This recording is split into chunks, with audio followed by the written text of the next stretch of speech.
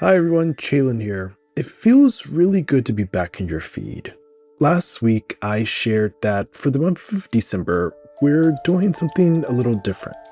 We're bringing back a handful of our favorite, most relevant episodes as we head toward the January 2nd launch of Season 9.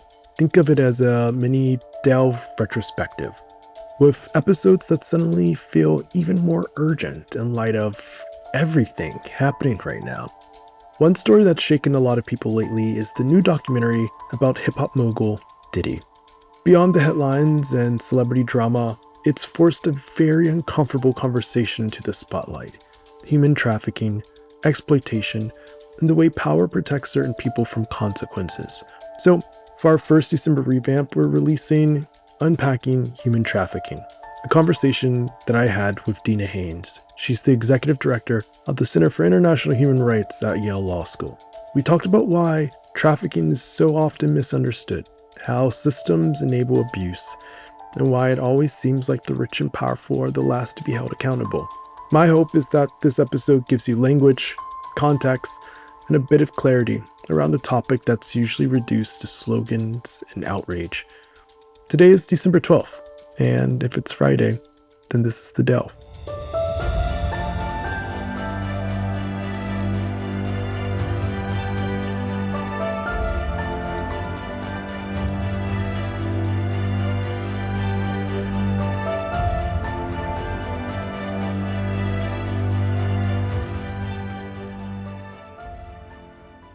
Every episode I record is different. Obviously, we have different topics, then we have different producers, different sound engineers, different sound effects, and sound design. I come to production meetings and I hear awesome pitches. Sometimes I'm very excited. Sometimes I cringe. Usually I come to an episode with an idea in my head of how it will go. I welcome the guest, they introduce themselves, I ask them questions, we wrap up with me asking what they're hopeful for. This episode really surprised me. When we were workshopping an episode about human trafficking, we used Diddy as a center point. Epstein and Abercrombie's Mike Jeffries were going to be subjects. I was going to talk about the scale of their enterprises and how they perpetuated abuse. But then I spoke with my guest today, professor and lawyer Dina Haynes, executive director of the Orville H. Schell Jr. Center for International Human Rights, a lecturer in law and a researcher in law at Yale Law School. She specializes in international human rights law and has written an incredible paper on the intersection of celebrity and human trafficking. Speaking with her humbled me. Human trafficking is so much more than Diddy and his 1,000 bottles of baby oil.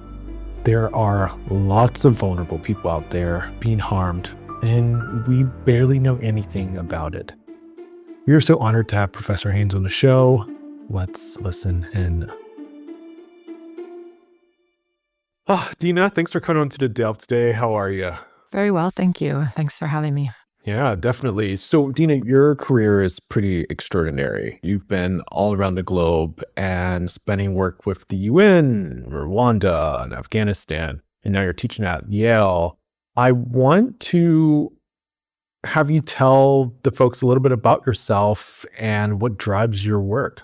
Sure. What drives my work is the injustice to vulnerable people around the world. And so I came to human rights law after being in the Peace Corps in Chad during a coup and just feeling very much like I needed to understand more about how to make resources available to people, bring the law to bear to assist people who are in need. And it turns out that exploitation and vulnerability exists all over the world, and in particular, maybe in the kinds of conflict and post-conflict zones that I was living in. So I've been somewhat reluctantly following this issue because it's a very challenging one, and it's no joke to think about and work with people who are suffering some of the world's gravest harms on a regular basis. Sure.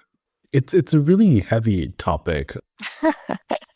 Yeah, to say the least. And when we were talking about it in production, we knew that we had to be delicate with it. And I was telling you earlier before we got started, it was kind of difficult to find a person that we felt that we could trust to handle it with care. And we had a bit of a conversation before this that you are really interested in handling this with care. So I really appreciate that. You wrote this article, The Celebritization of Human Trafficking, which dives into the role of celebrity activists in this fight. When I think about this, it's bigger than just celebrities, right? But how has celebrity involvement shaped this movement? Yeah, I wrote that article with several parts. And what's interesting and doesn't come as any surprise, I'm sure, is that the part that had to do with the celebrities was the most interesting for me to write and the most interesting for readers to read about. But the article actually took aim at politicians for looking to celebrities for their expertise on an issue as important as human trafficking.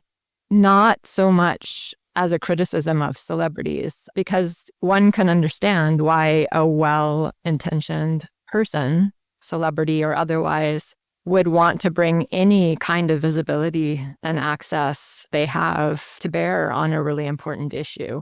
I remember I wrote a short article about awareness raising in general, and I think I used the example of Emma Stone when she was involved with Andrew Garfield, holding up literal phone numbers and names of nonprofits in front of her face when she went out, because she decided if she was going to be photographed without her consent, she wanted the photographers to elevate the organization that she believed in. So I can absolutely understand why celebrities would want to bring attention to issues that are important to them. What is less understandable and what I have less patience for is the amount of politicians. And in fact, I actually did a methodological survey of the number of times Congress brought celebrities to testify about human trafficking and other human rights issues, and also gave them the bulk of funding for the early initiatives in public interest or public information campaigns on human trafficking, which is pretty bizarre when you think about it.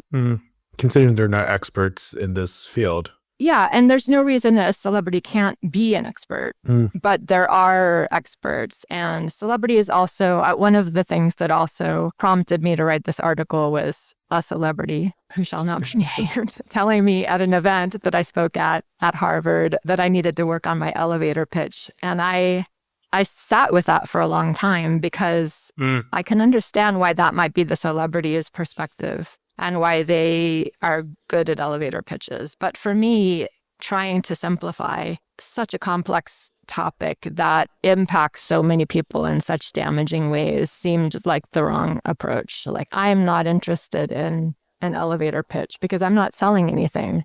I'm not buying anything. I'm trying to help people understand the working parts of an issue that has plagued humankind forever, literally forever. Why do you think human trafficking in particular has become a cause that celebrities champion? What is it about the issue that attracts so much attention from the rich and famous? I think there are a couple of reasons. One is that it has uniquely, among all of the human rights issues that I've ever worked on, garnered bipartisan support and bipartisan interest at the international and domestic level. Number two ties into that. Nobody is for human trafficking. But the reality is that people are for human trafficking. They just don't know the elements of it. So of course, if I go out to the number of times when I've tried to talk about labor trafficking, even child labor, and been shouted down by people whose point of view is that by talking about labor trafficking, I'm somehow minimizing the plight of sex trafficked or child trafficking. I brought my daughter to a conference once, and a woman stood up and shouted, "Are you for children chained to beds in brothels?" Which brought a tear to my eye, obviously. I mean, that's insane. And I wrote an article with that as the title to kind of process the comment, because it's so common, as if there's a zero-sum game, and by talking about one aspect of the issue, you can't talk about or care about the other part. The larger issue, and what I really want people to understand, I think, is that the reason this has always happened, and the reason that we don't attend to it. And even the reason maybe that celebrities are interested is that it's really about abuse of power. That's what we're talking about, is abuse of power. And unless we're willing to discuss abuse of power in all its forms, whether it's patriarchy or capitalism, greed capitalism, we won't ever address human trafficking. You could break it down into its, quote unquote, sexy parts. And the third reason to answer your question is that people are pretty voyeuristic. And most people who are not educated on the issue will come to a talk expecting a talk on sex trafficking. Not for any kind of perverse reason, but just because that's what they associate trafficking with. But it's a much larger issue. It's about abuse of power. It's about positions of vulnerability with respect to power. And labor all over the world has become, to be honest, very dependent on exploited labor. One of the interesting things as a matter of law is that judges have a really hard time thinking about sex trafficking as labor because they don't want to put a dollar value on the work that people do. But it's easier, for example, under the law to prosecute someone to protect someone who has been trafficked for sex, let's say, and had their money taken from them by what we would call a pimp in street parlance, right? It's easier to protect that person and prosecute them than it is to protect a child who has been almost enslaved in labor exploitation, whose whole day and night is devoted to mineral picking or rag picking.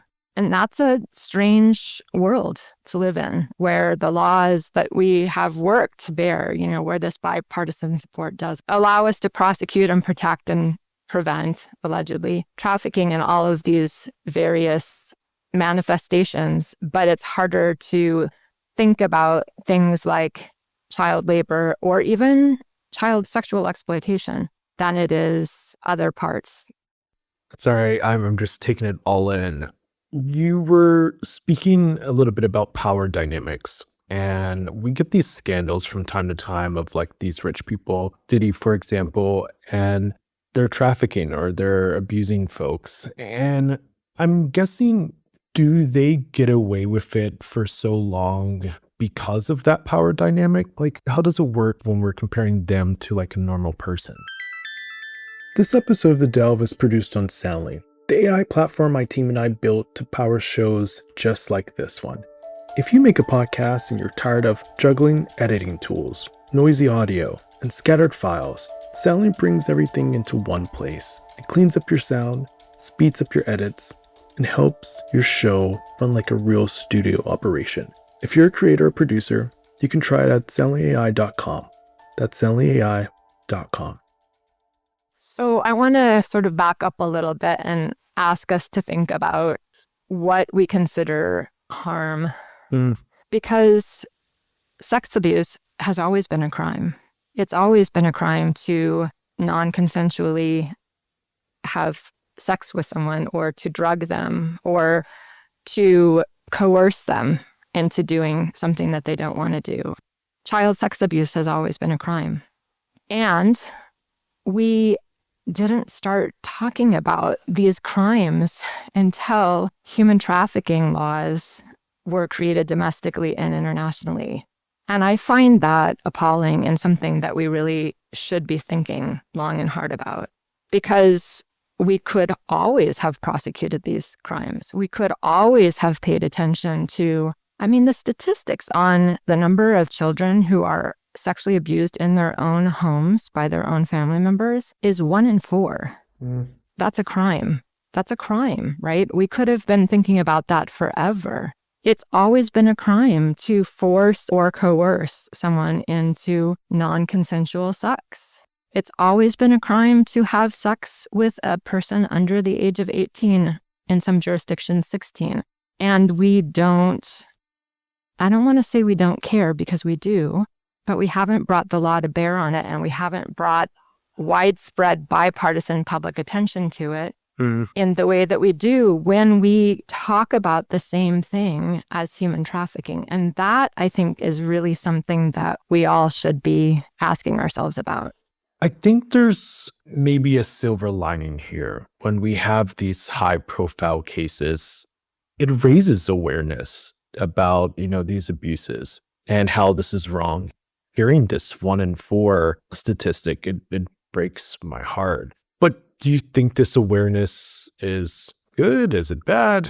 Yeah, I do think it's important that these crimes are revealed. I think it's mostly important because we should believe people who are saying that they've been harmed. And too often we don't. I mean, there's plenty of data that suggests that it's far more likely that a person who has been harmed, whether you want to call it trafficking or something else, has not reported that. And the law does not make it easy for people to report harm that would constitute a rise to human trafficking. So yes, that is really important. And I don't want to minimize awareness raising at all. But there's also data that suggests that people who hear about something happening in the world sort of mentally check off a box and say, I've attended to that issue now. It's taken care of. And that, of course, isn't the way harm works. So I'm not a psychologist, and I don't understand the way that sort of, marketing and social media hits us in our psyche. But it is something to think about, the possibility. I don't know if you remember Joseph Kony. There was a guy who sold bracelets to try to bring awareness to the Lord's Resistance Army 20 years ago. And he made millions of dollars selling these bracelets. Oh, in Africa. Yeah. And so awareness was raised. Everybody was wearing these bracelets. The person whose name I can't remember made millions of dollars overnight. And of course, the link between buying a bracelet and a country in Africa deciding to issue an arrest warrant and pick up Joseph Kony and bring him into the ICC have nothing to do with each other. And the guy who made the millions from selling these bracelets did raise awareness, but also, I believe, had a mental breakdown and was maybe even institutionalized. Oh my. The point being that awareness raising doesn't inherently link to any solution or any actual help to anybody. We have to make that link ourselves and our own work in what we choose to buy and what we choose to participate in. We can't read about something and mentally check off the box that somehow we've contributed to its solution, because, of course, it's more complex than that. Hi. You know what? When I came into this interview, even when we were talking about it in production, I don't think I had an idea how it would go. Sorry. But I don't think it was this. Oh, no. During COVID, I tried to listen to podcasts on really difficult subjects. And I found some podcasters who were able to do it with not just grace, but who were able to sort of bring humor to bear on difficult issues. And I have to say, I've never been able to do that. And that is a skill I would like to build, because it is very hard otherwise. Yeah, definitely. And we've had some hard stories, but I mean, you start talking about kids and abuse, it just affects you differently. I'm curious, in all your years of work, has there been maybe a discovery that surprised you or changed the way you think about this issue? Oh, yeah, all the time. I mean, it surprises me. I wish I had sort of bright and friendly stories. But I mean, I came to this issue in Bosnia when I was working for organizations there. And, we learned that peacekeepers and UN personnel were engaging in sexual exploitation and what's called food for aid, which is a weird term to use for basically telling people who are starving, we won't give you food or assistance unless you have sex with us. And that happens again and again and again and again and again. And there are no blacklist possibilities because of the employment laws and protections. So I know that that's not what you're looking for. But I guess the thing that surprises me is how the same issues keep coming up. And I know that that's not uplifting. But for example, when people were fleeing Ukraine, something happened that happened 15 years earlier in Haiti, which is well-intentioned groups of people wanted to help rescue, and I'm using air quotes around the word rescue, children who were in harm's way, to protect them from a lot of things, including human trafficking. So they took them out of the country, but that's illegal. You can't take someone else's children. You can't take children. No matter how well-intentioned you are, you can't take them. You have to find out if they have family members. You can't take children across borders. And if you do it, it's human trafficking. So I think that the way in which people sometimes perpetuate the issue, thinking that they're solving the issue, that's what surprises me, is that it keeps coming up, that our discourse and thinking about this is so superficial, that we keep perpetuating the problem out of goodwill. I'm not even talking about the nefarious people who do bad things, of which there are many. I was interviewed by a team at Vice that did a great series on organizations that make a lot of money pretending to help victims of human trafficking in what's called the raid and rescue industry, because they reach into the hearts of people like you and your listeners who want to do something to help. But I guess if I had a message for your listeners, it would be discerning. And I do not mean to say do not help. I have my own nonprofit, and it's very much focused on trying to partner with organizations that are bona fide and genuine. But don't give yourself or your attention or your goodwill or your money away without understanding what's being done with it. It's like you knew my next question. Who are the leaders and organizations that we should be listening to? Who's doing effective work? That's really hard because it changes rapidly. It's easier to say who not to. But I talked with you offline, or your producer. When I do name names, I have been threatened with libel suits and defamation. Okay. So that's the kind of conversation that we're in at some point. So I can't really name names, but I would just reiterate that organizations that work with displacement, refugees, reputable organizations that have worked for years on migration, because migrants and refugees are among the most vulnerable communities. People who have no state and law protecting them are incredibly vulnerable to exploitation. There are plenty of issues out there that are almost invisible that tread in the space. For example, refugee populations in Germany and Kenya. Not many people know this, and this is not a pretty story either, but they're used by the major social media companies of the world to do what they call euphemistically content moderation, which means that some human has to look at all the videos and things that people want to post on the internet, including really, really violent, bad images that we don't want to see and we don't want our children to see and would be illegal to see.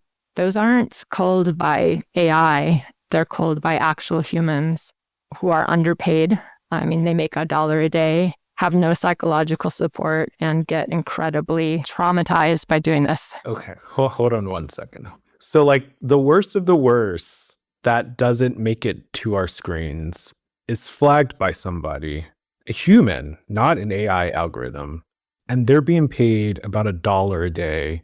And they have no mental health support to help them process what they've seen over the course of their day.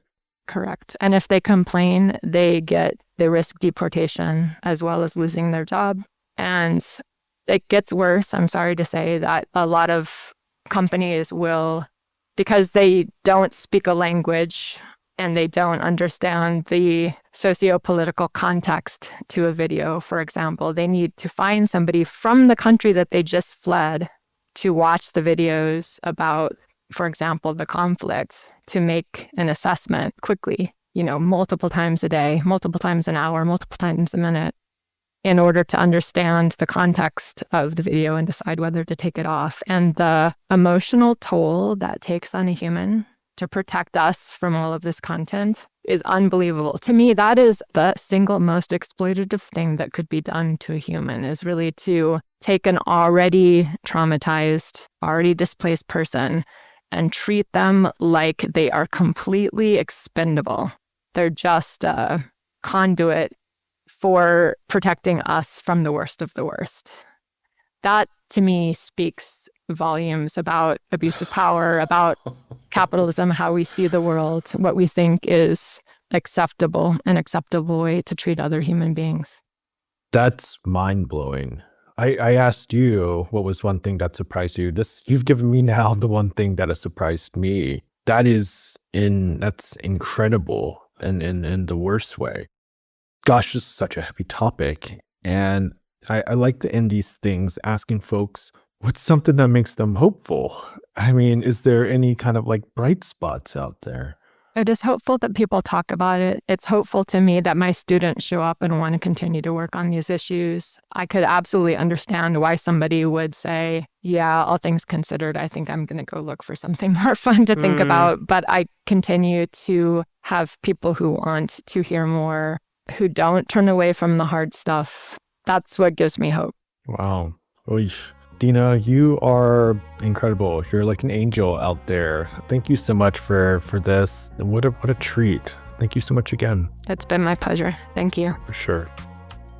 A huge thank you to Professor Haynes. Thanks to Tanya Satanini for her quick and thorough work on this episode, to Madison for her production support, and to Eli and Javon and the sound team for their magic as usual. I'm Chalin. This is The Delve.